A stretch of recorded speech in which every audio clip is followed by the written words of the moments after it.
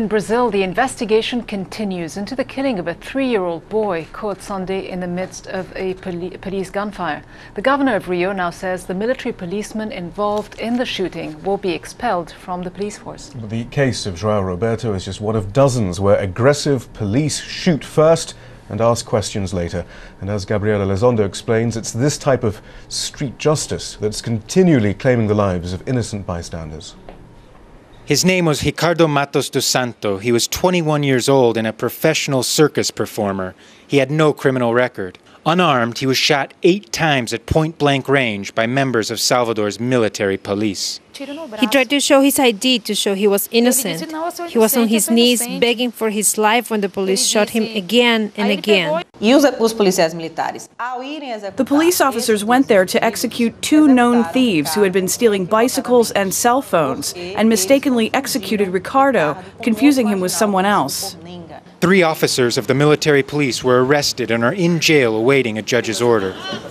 The military police are a law enforcement agency unrelated to the Brazilian military. Analysts say shootings by police in Salvador stem from a zero-tolerance policy, which in many cases has made it socially acceptable to kill criminals. But innocent people are also dying. There are currently over 34 cases under investigation of the Salvador police executing innocent people, and that's just within the past 3 years. Overwhelmingly, the victims were young, black, and lived in some of Salvador's poorest slums, like this one. This is my first child, and he did not deserve what he got. Dejani Santana's 16-year-old son was shot by the military police at close range. Police say he had a gun. Eyewitnesses say he was unarmed. His case represents one of thousands under dispute, likely never to reach a concrete conclusion. I cannot deny there had been any police intimidations of victims, because when you denounce a police officer, there is a sort of brotherhood to protect your own, even for the wrong behavior.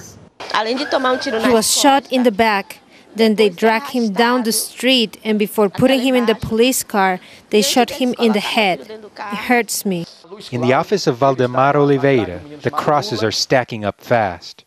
He tracks cases of killings by police in Salvador. Each cross represents a victim, he claims, assassinated by the police. There is no black kid who is free from this violence. Being black and poor, you can be a victim any day, any time. The military police of Salvador declined our continued requests for an interview. Family members of those killed continue to wait for justice. I want to know the identity of the police that killed my son, and I want them in jail. My son did not deserve this, and no kid deserved this. Why do they have to do this to our children?